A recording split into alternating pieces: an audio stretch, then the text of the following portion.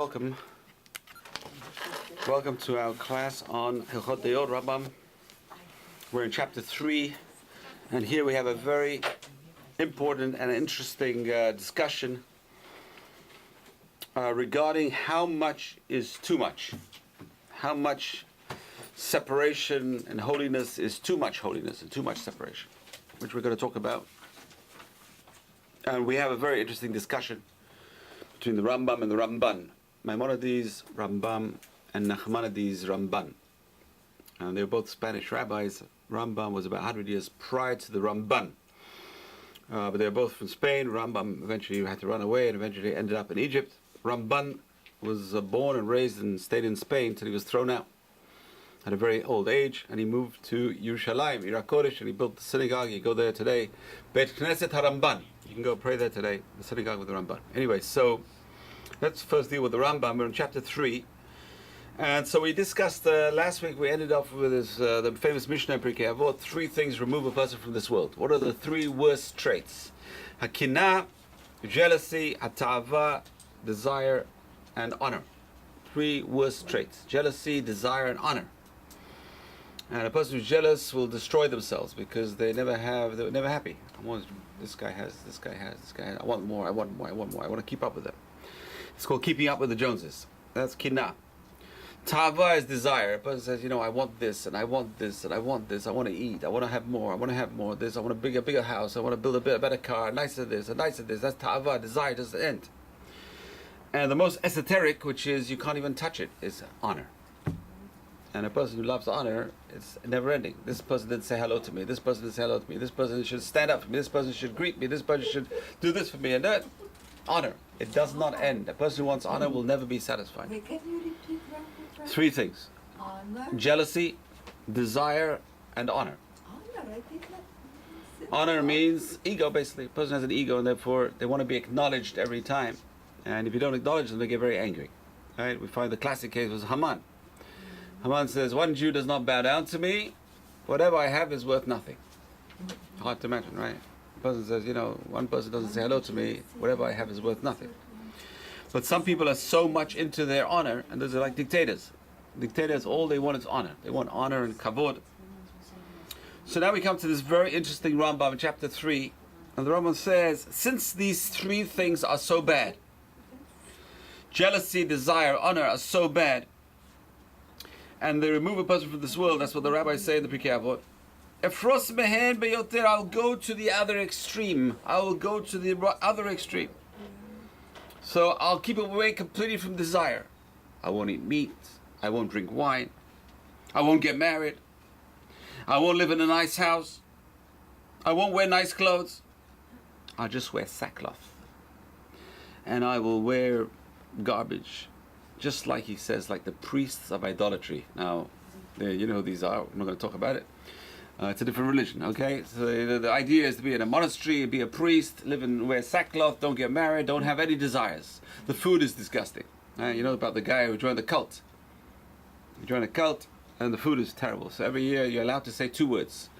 So the guy goes to the head of the cult and he says, no, you have anything to say after a year? He says, yes. He says, food bad. Okay. The second year, he says, you have anything to say? He says, yeah, bed hard. The third year, he says, you have anything to say? He says, yeah, I quit. So the guy says, I'm not surprised. Since you've been here, you've been doing nothing but complain. So Rambam says, this path of extremism, extreme abstention, is bad. Rambam said, very interesting idea. The idea that since a person would say, you know what, I can't be jealous, so I'm going to keep away from people. I can't be desirous, so I'm not going to have good food, I'm not going to have good clothes, I'm not going to have anything nice in my life. I don't honor, so I'm just going to wear sackcloth and sit on the floor, and that's it, all my life, that's it. Rambam says, it's disaster. What's going to happen? A person's not going to be a productive person. You're not going to be productive. The world cannot exist with everyone living in a monastery. The world will not continue like that. So therefore, this is very bad, he says, and this is what the priests of idolatry do. He's talking about the monasteries, basically. So we see it's also the Buddhists. They do the same thing, right? They go live in a monastery, but I think it's only for a few years. They don't do it all their lives. Just a few years, they do it. But, so we do as well. We send kids to yeshiva. It doesn't mean it's a monastery. It's not a monastery at all. The American yeshivot are very luxurious. Don't worry. You've got to pay a fortune to go there. So he says this is also a very evil thing. And a Jew is not allowed to do this. And a person who does this is called a sinner. The Rambam says a person who goes to the extreme of self-deprivation is called a sinner. It's amazing Rambam over here. It's a very important Rambam because we have to understand society in those days was moving in that direction. Society was moving in that direction. That a person who is holy is a, what's the word for it? Aesthetic. Ascetic, right? It's ascetic. Ascetic. Ascetic. So asceticism was a very big thing in those days. The monks were promoting it. The holy Muslims were also promoting it. This is not the way for Jews. You know, the holiest person on the holiest day of the year had to be married. Had to be married. If he was not married, he couldn't serve in the temple. So the high priest had to be married, and the high priest wore beautiful clothes. Gold clothes, the 8 garments of the high priest, jewels on his breastplate. He had very, very expensive, lavish clothes, which he would take off 5 times. He would change his clothes at Yom Kippur. JLIC will not hire rabbis for campuses that aren't married. They only hire couples. Very nice. What is JL? JLIC, so it's Jewish Learning. it's the OU. The OU has a group to go into Jewish Learning campuses. Initiative on campus. And that's different than Chabad. It's different from. So they only It's hire run people by who the are married. Orthodox Union. Okay. So same thing. I mean, most rabbis of synagogues are married. Most people want married people, and it's very important to have a married person. I think a person cannot be a member of a Sanhedrin, 23 judges, who do capital punishments if they don't have kids. How can you pronounce capital punishment on someone if you yourself don't have a kid? You're pronouncing capital punishment on someone else's kid. But if you don't know what it's like to have your own kid, how can you have mercy on someone else's kid? So it's an amazing concept that they had to be not just married, they had to have kids as well. I think also with Hatzalah, you have to be married. I know in Lakewood it's like that. Okay. So anyway, but it's interesting, this concept of keeping away from asceticism, is, according to Rambam, it's a very big thing to keep away from this. A person should be middle of the road in even how they behave and how they act and what they eat, and not go to the extreme. So a person might get the wrong impression, since it's all these things are bad, jealousy, desire, and honor is bad. I'm going to go to the other extreme. The Rambam says, don't go to that extreme. That is a big sin. Now the question is, where does the Rambam learn this out from? Where does the Torah talk about extremism? Where does the Torah talk about, anyone ideas? Where does the Torah talk about extremism in terms of behavior? Nazir, a Nazirite. The Torah says a Nazirite. What is a Nazirite? What are the 3 things a Nazir is not allowed to do?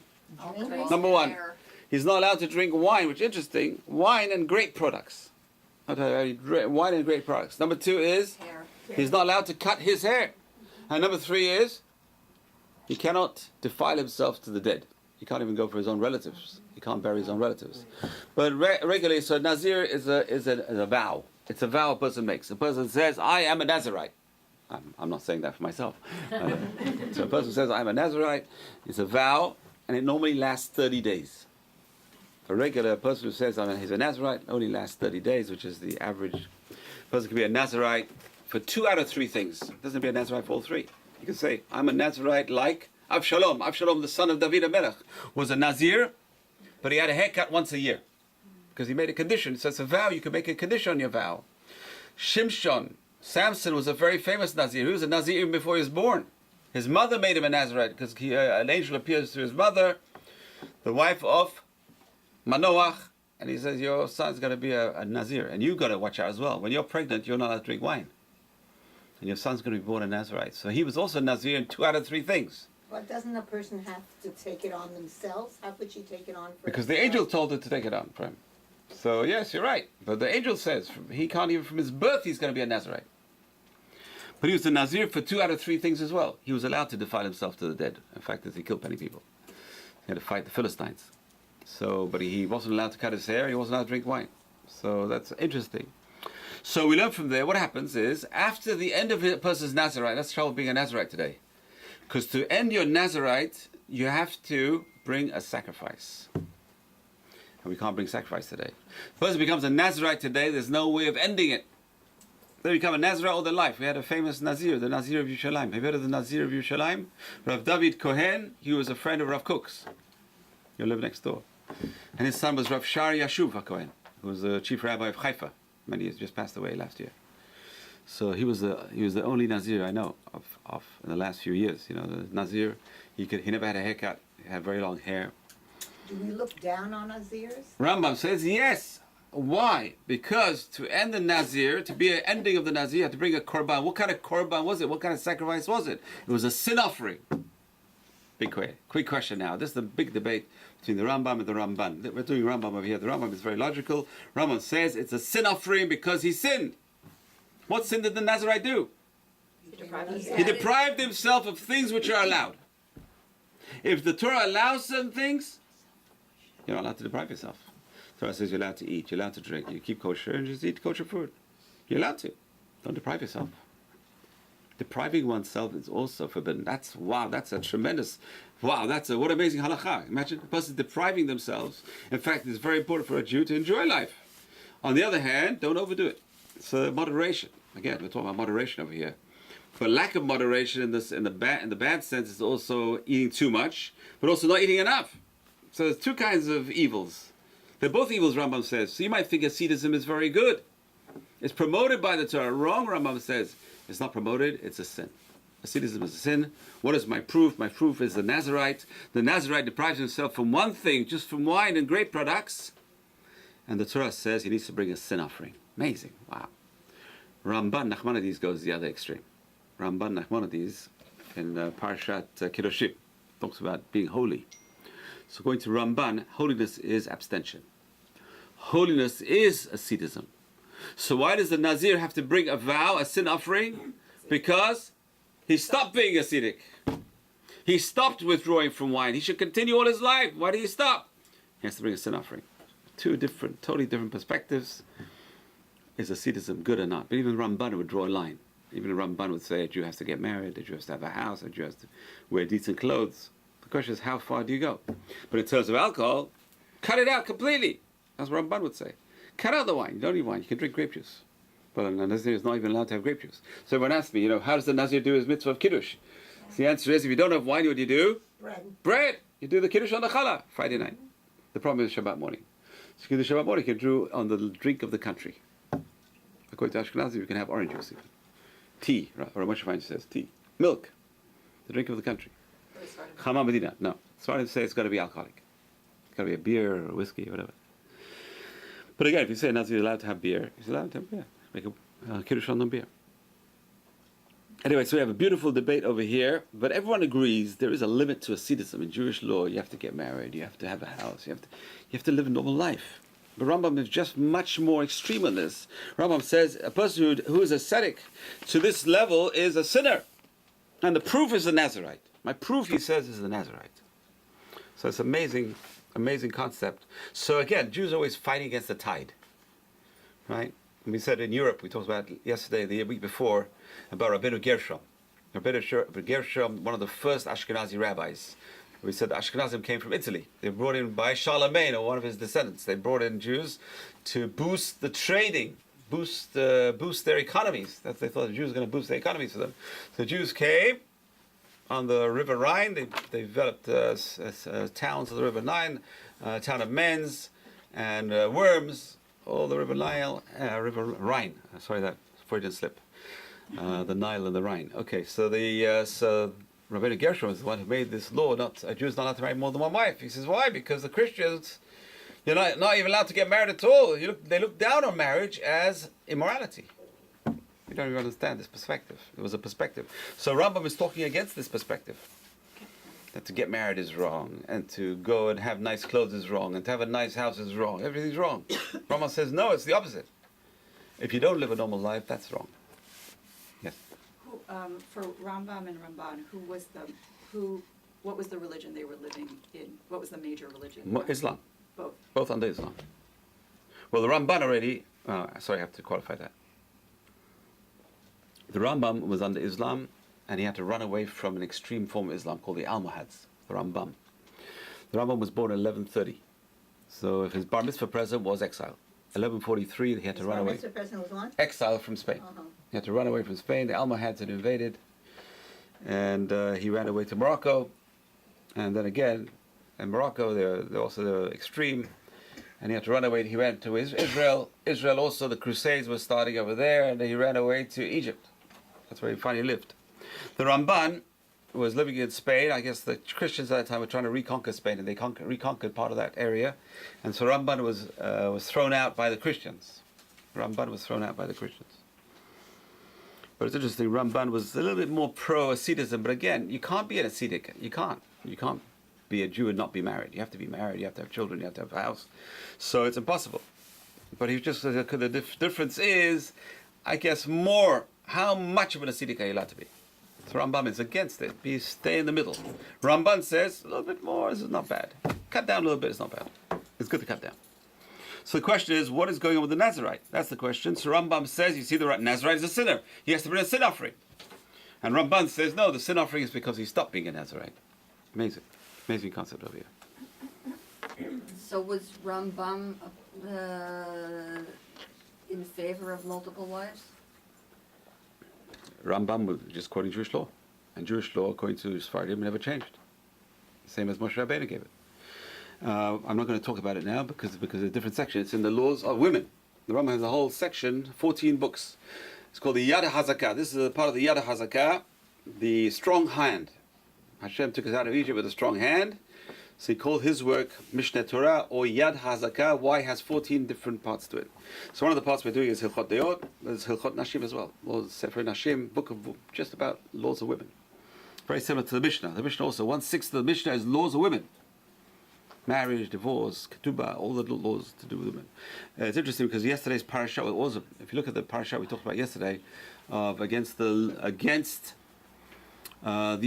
persecution of underdogs. Remember we talked about it yesterday? Mm-hmm. And a lot of it is all about women. Not raping the woman, not giving her a bad name. The husband says she wasn't a virgin, kill her, all these things. The Torah is 3,300 years ago is protecting the rights of the underdog. And women were the underdogs. Till recently.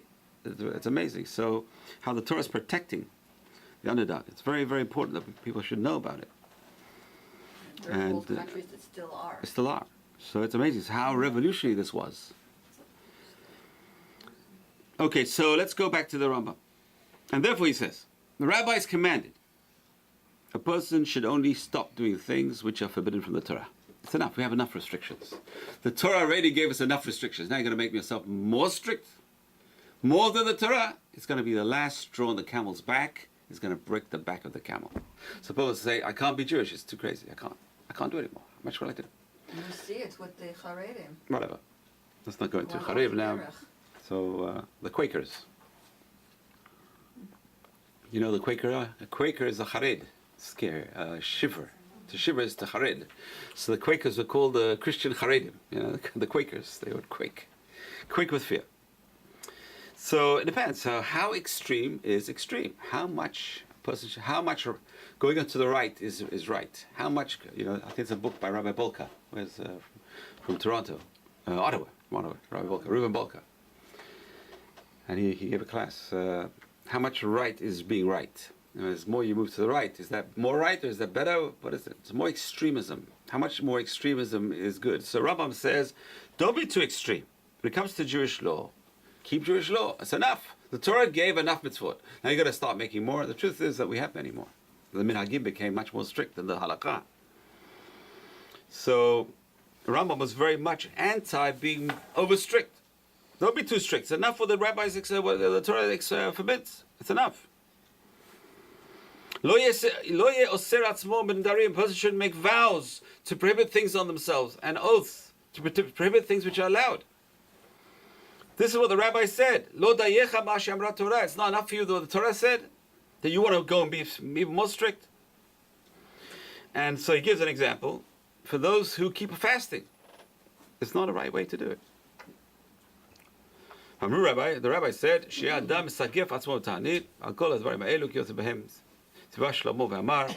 and on all these things, King Solomon says in Mishlei, Al tehi tzadik harbe. Don't be too much of a tzaddik. Wow, this is amazing. Don't be too big a tzaddik. Love it. Amazing. Isn't that amazing? Rabbi says, don't drive yourself crazy and don't drive everyone around you crazy. What Everyone wants to- fasting is he huh? talking about though? Aren't there certain fasts that people do that are? Yeah, but they're not required. So he's saying don't. He says, don't do he's it. not so into Don't that. do it. No. Okay. There were certain fasts which the rabbis instituted for fasting for rain.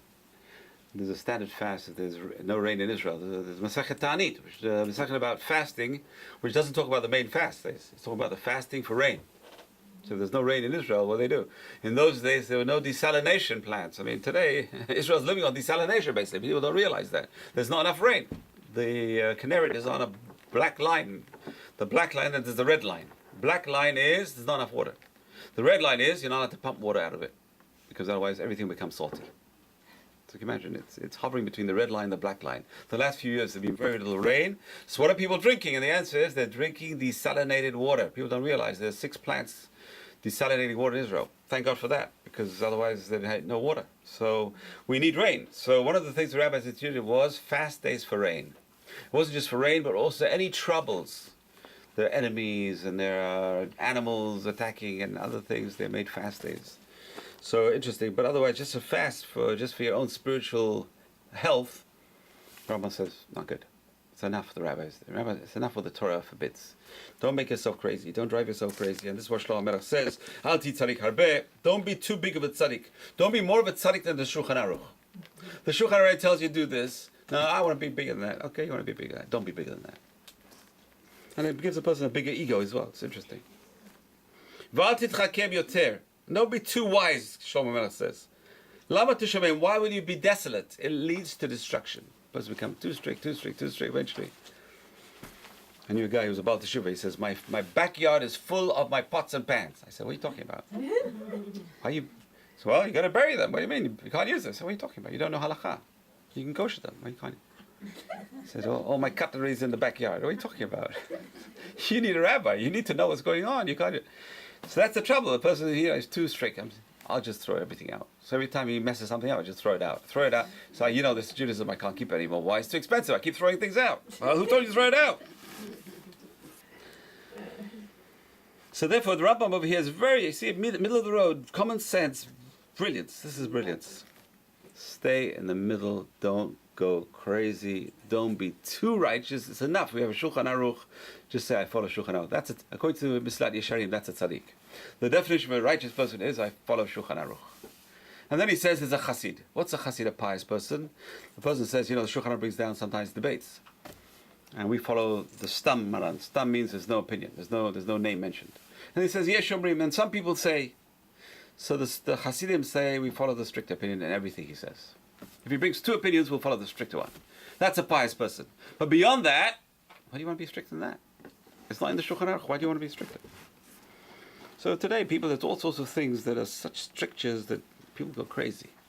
People go crazy. The young generation can't take it. So a person's got to know when you can be lenient, and that's the genius of a wise person. See, Rabbi Yosef, he was not strict. He was one of the most lenient rabbis. Rabbi Yosef. And the reason why he was lenient, he says, listen, you have to know the generation you're dealing with. So he would try and find the reason to allow things, not to forbid things. So straight away, you ask a rabbi a question, is he trying to find a way to allow it, or is he trying to find a way to 2 different rabbis think differently? Mm-hmm. It's very easy to be strict.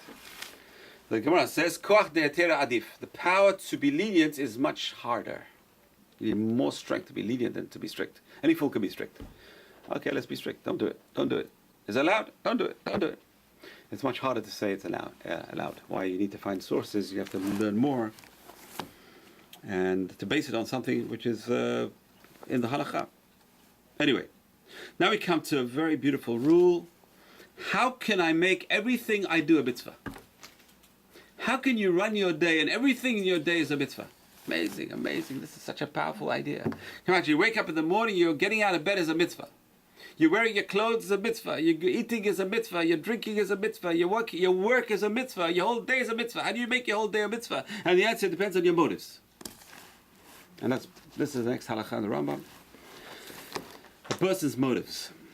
A person's motive should be, a person should think in their heart, all my deeds in order to know God. I want to get closer to God. All my deeds, I want to get closer to Hashem. It's a very, very powerful technique, a very, very powerful tool to raise one's actions to a very high level in a very simple way. You don't have to do anything.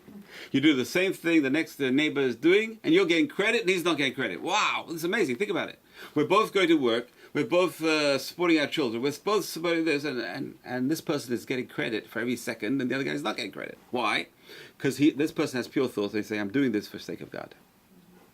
Everything I'm doing is for God's sake. I'm raising my children for God's sake. I'm going to work for the sake of God, to not to be a robber and a cheat. I'm going to work to support my wife and my family.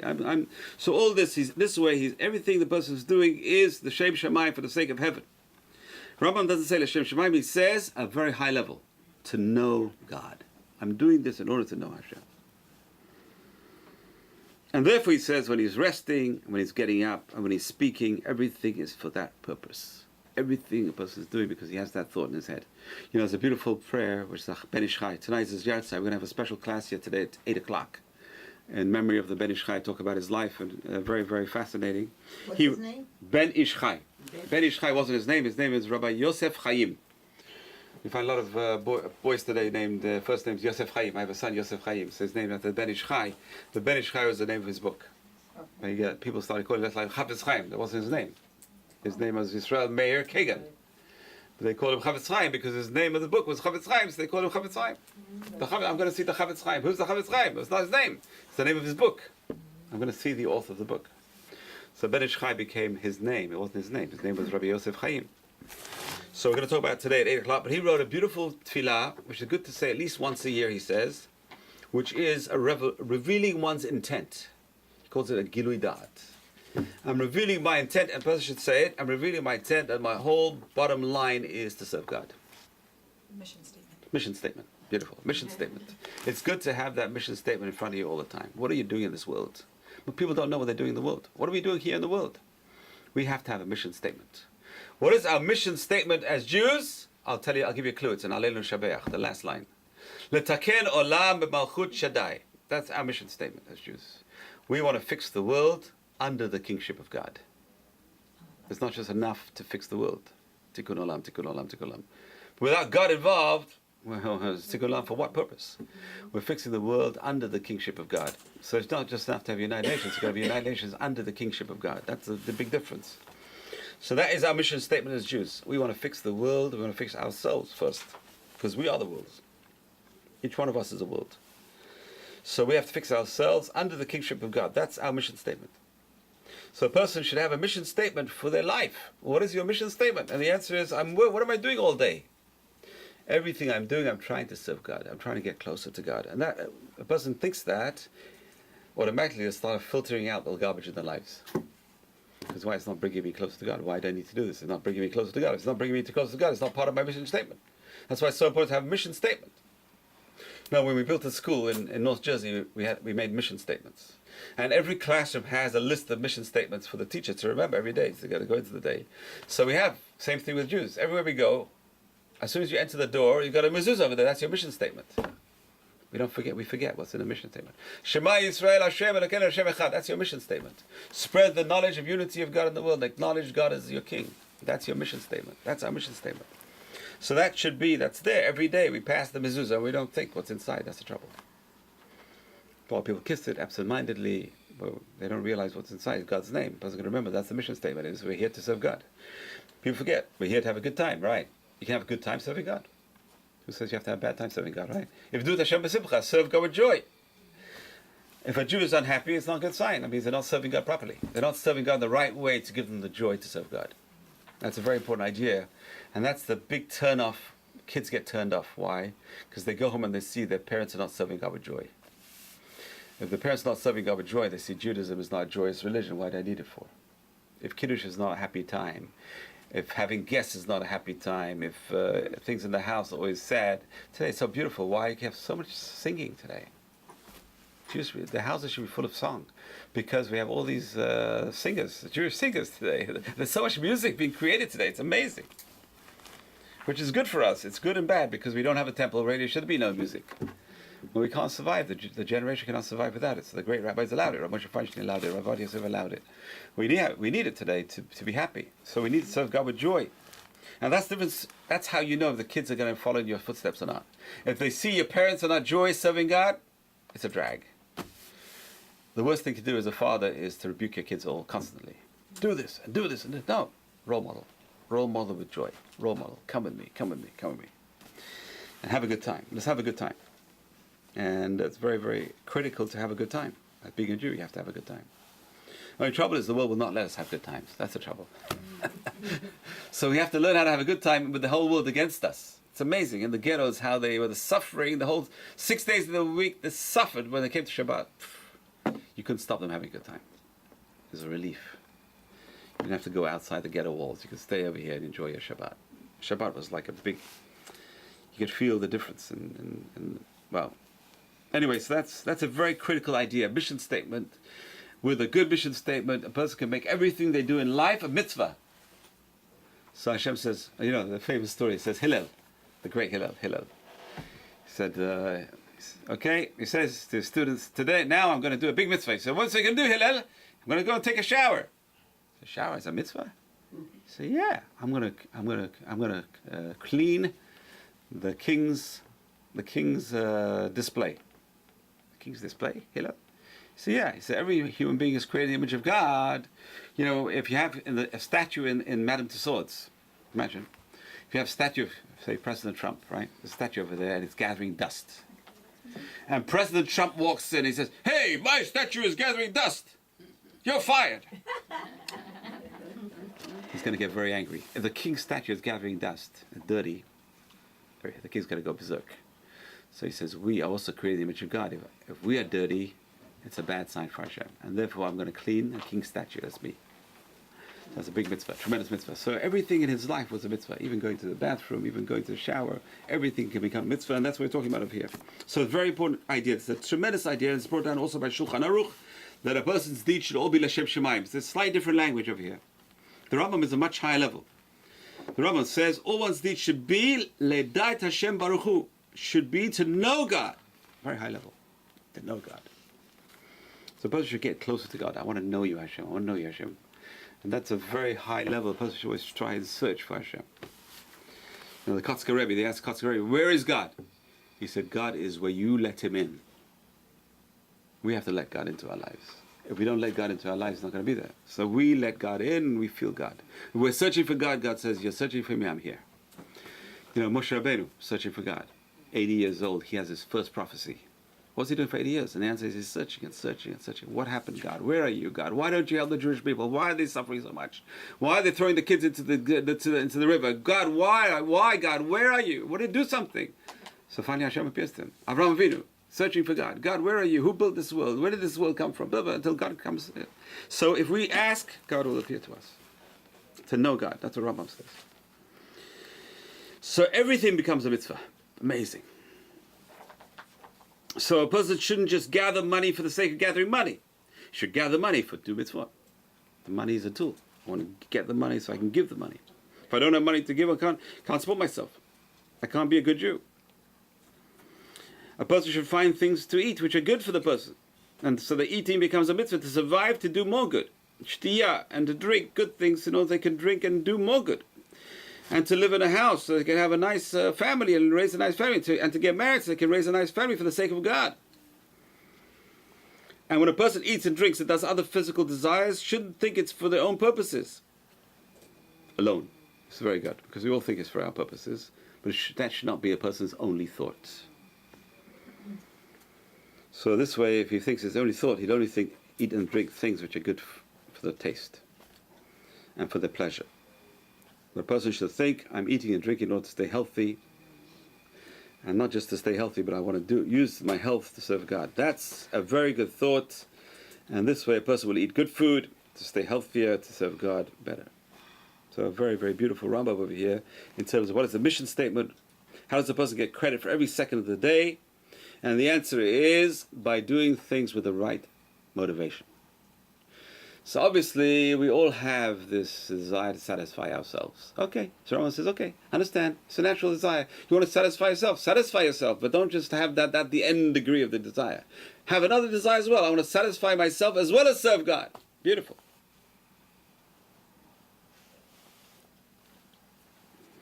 and eat good things for your health. And this way it shows you want to stay healthy to serve God. I think making brachot help you with that. Hopefully. In other words, if you're eating or you're drinking, to satisfy yourself, when you make a bracha, it Yes, reminds you 100%, that, 100%. And it should. Higher purpose for doing it, Right. Yeah, absolutely. 100%. A person going to bring God in their lives. How do you bring God in your lives? You mention His name. Kol makom asher azkir shemi, avu elecha berachticha. God says, whenever you mention my name, I'm going to come and bless you. Beautiful. It's not beautiful. Every time you mention God's name, He's coming to bless you. He's blessing you. When you mention God's name, all you have to do is mention His name. He's there. If you don't mention His name, He's not there. Why? Because you've got to bring Him into your life. So we talked about divine providence. The more you think He's there, the more He's there. The more you mention His name, the more He's there. The more you say a bracha to Him, Hashem says, you bless me, I'll bless you back. And the blessing is much more. You get much more than you give. It's a trigger for more blessing. But the mission statement is such a powerful idea. This is such a brilliant idea. You can make all your deeds mitzvot. So imagine a person passed away 120 years and said, what mitzvah do you do? He said, mitzvah I did. My whole life was a mitzvah. My eating was a mitzvah. My drinking was a mitzvah. My getting out of bed was a mitzvah. My going to sleep was a mitzvah. 24 hours a day I'm serving you, Hashem. Okay. Go ahead. Go straight through. Basous. No problem. We just want to hear from you. So it's a very powerful. This is very, very powerful. And this is how we could all think these thoughts. But at least once a year, it's good to say this little paragraph. I got to put it out in English because it's in Hebrew. But it's a very powerful paragraph. The Ben Ish Chai put it together. I'm going to talk about it tonight, 8 o'clock. Nice way to spend your Labor Day weekend. So after 120 years, they'll say, where were you Labor Day weekend? I was at Rabbi Basous' class. Huh? Hey, let's go ahead. Could it be the beach? Well, not today. Okay, today's no excuses. Today is nowhere to go. Wait, do step outside. We're at the beach. When it's down. What a powerful idea. What a powerful idea. And that leads a segue into health. So if you're doing things L'Shem Shemayim, if you're eating L'Shem Shemayim, eat good things. Because when you're eating garbage for the sake of satisfying yourself, you're showing it's not for God, it's for you. But if I eat something which is healthy, it's not for me. It's for me in long term. Most people don't think long term. It's amazing how people today don't think long term. Think short term. I want to enjoy, heck with everything. I'll have one cigarette, it's no big deal. But they say every cigarette, statistics tell you, every cigarette shortens a person's life 8 minutes. Every cigarette is 8 minutes of your life. Okay, right now I'm good. Cigarette. So they waste their money and they waste their life. So it's amazing. It's such a waste, but people can't control themselves. So that's the proof they're not doing it L'Shem Shemayim. You don't smoke L'Shem Shemayim. Unless you're Mikubal and you have the kavanot of Ketoret. Says Rabbi Yitzhak Haduri. So he used to smoke. He lived 104 years old. But when he smoked, you would think the thoughts of the Ketoret. He's bringing incense to God. I mean, I know what he's talking about. Okay. Some people can get away with it. He's doing L'Shem Shemayim. What can I tell you? Okay. So now this is a segue into health. It's an amazing segue. If you're eating L'Shem Shemayim, you're going to eat healthy. If you're eating for God's sake, you're going to eat healthy food. Amazing. So this is the next section. Just going to talk about health. We're in the last section in chapter 3, Halakha 3. A person who lives for health. He wants his body and all his organs to work functioning properly in order that he should be able to bring children who are doing God's will into the world. If he has just thoughts to bring children into the world to serve him, in those days we have to realize the more kids you had, the bigger, more prosperous you became. Today people don't think so. It's the opposite today. But in those days, people had farms. Who is going to work on the farm? And the answer is they're going to hire workers. But if they have kids, they don't have to hire anyone. And that's the irony, right? You have your kids are your workers. So the more kids you have, the bigger your farm. That's Yaakov Avinu, right? Yaakov Avinu had 12 sons, imagine. So he's a shepherd now. Instead of one man looking after sheep, he has 12 men looking after sheep. He can increase his flocks 12-fold. Becomes very, very wealthy. Very, very wealthy. So the more kids you had, the more prosperous you were in those days. Amazing. And that's why Esav couldn't understand. Look at Esav. Look at the concept over here. Esav is the person who's into physicality, right? He thinks Yaakov is into spirituality. Okay, Yaakov, a spiritual person, what do you care about this world? Why do you have to get married for? Who are all these people, he says. Yaakov, who are all these people? Who are these women and who are all these kids over here? I thought you're a spiritual man. You don't need all this. Ah, Esav, but you don't know what spirituality is, Esav. You think spirituality is being a monk in a monastery. Wrong. Spirituality is having children, having a wives. Yeah, that's spirituality. So that was the big discussion between them. Now you can understand the discussion between them. Esav was Esav, and that's the Christian concept, came from Esav. If you're spiritual, you don't need physical things. But the truth is, you do need physical things. Everyone needs physical things. But if you use the physical things for spiritual purposes, the physical things are spiritual. And that's what we're saying. The physical things are spiritual. So anyway, let's so health. So a person just wants to be healthy for the sake of being healthy. It's not the highest purpose. A person wants to bring children because they have fun. It's not the highest purpose. The highest purpose is if they're doing it for the sake of God. So if he's sleeping in order to be healthy to serve God, that's a mitzvah. The sleep is a mitzvah. But if you're just sleeping so he wants to be healthy, okay. There's a mitzvah to be healthy. The Torah says, it's one of the few mitzvot where it says, be very careful about. Be very careful about your health. Be very careful about your health. So it's a mitzvah to be healthy. But on the other hand, that's not the highest level of mitzvah. A person says, I'm sleeping in order so I should get up to be strong to serve God. That's a mitzvah now. You just made your sleep into a mitzvah. And this is what the rabbis commanded us, and they said, all your deeds should be for the sake of heaven. And this is what Shlomo Melech says, in all your ways you should know God. God will straighten out your path. So this is the key. This is the key to success. If you want to know what the key to success is in our minds. The key to success is, what is your mission statement? This is where you have to ask ourselves every day. What are we living for? What are we doing here in this world? What are we trying to do in this world? And how do we make everything we're doing into a mitzvah? And the answer is your mission statement. If you're doing everything you're doing for the sake of God, and the sake of knowing God and saying closer to God, everything you do becomes a mitzvah. So let's try and do that. Bezrat Hashem will all get to that level and do that. So now the next section is health. The next section is about health. And the Rambam over here, we have to know the Rambam was a doctor. But he wasn't just a doctor, he was one of the greatest doctors in the world at that time. You have to realize that. And the greatest king in the world at that time was Salah al-Din, who was the king of the Middle East, basically. He conquered the whole Middle East, Salah al-Din. And if his doctor was the Rambam, he means he was the best doctor, because he couldn't find anyone else. And it wasn't just the doctor of the king, he was the doctor of all the ministers to the king, and all their wives. They had a tremendous amount of wives, and children, oh gosh. He was busy from morning till night. He was the top doctor. Rambam was the top doctor. He says after he became a doctor, he never had time. The only time he had to learn Torah was Shabbat. For 2 hours Shabbat afternoon, he would teach Torah. By that time, he already wrote his books. All his books were written. By the age of about 40, all his books were written. And he needed to go to work to earn a living. His supporter was his brother David, who supported him, but his brother David died at the sea. He was a merchant. They never knew what happened to him. He drowned at sea, and the Rambam, he says, was in bed for a year, depressed, because his main supporter, his best friend was his brother David. He only had one brother. His father died, and his brother dies, and now he's left to support his brother's wife and children, and his own wife, and he didn't have a trade. But he had a trade, but he didn't know. So now he starts using his brains, and he becomes a doctor. That's what happened. But that time, after he became a doctor, he didn't have time to teach Torah. Didn't have time to learn. Even though he's the rabbi of the community, he says the whole community would come to him on Shabbat, and he would teach them on Shabbat. But all his books were written, so what he had to do is read his books. But he had very little time for anything. He tells you in his Ibn Tibon, one of his students who translated his works, said, "I want to come and see you." He said, "What are you going to do?" He said, "You have to know. My day is busy from morning till night. I'm busy in the king in his palace with the harem and the children and the princes and the ministers. When I come home, there's a line of people waiting outside my door.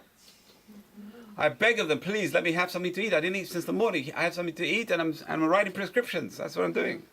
One after the other, coming in till late at night. I have no time for anything." So that was his latest. Thank God he used his early years, he didn't waste time, and he wrote all his works. Baruch Hashem, thank God. We have this beautiful, imagine without the Rambam, what we do without the Rambam, I don't know. So Baruch Hashem, we have the Rambam. So next week I'm going to start talking about good health and the Rambam's diet. Preventative medicine started with the Rambam. The Rambam believed in preventative medicine, and there's a few techniques for a person to have good health. The Rambam guarantees good health. A person does these things. That's what we'll talk about next week, and we'll continue. Tonight is the class for the Ben Ish Chai. Next Sunday night at 8 o'clock.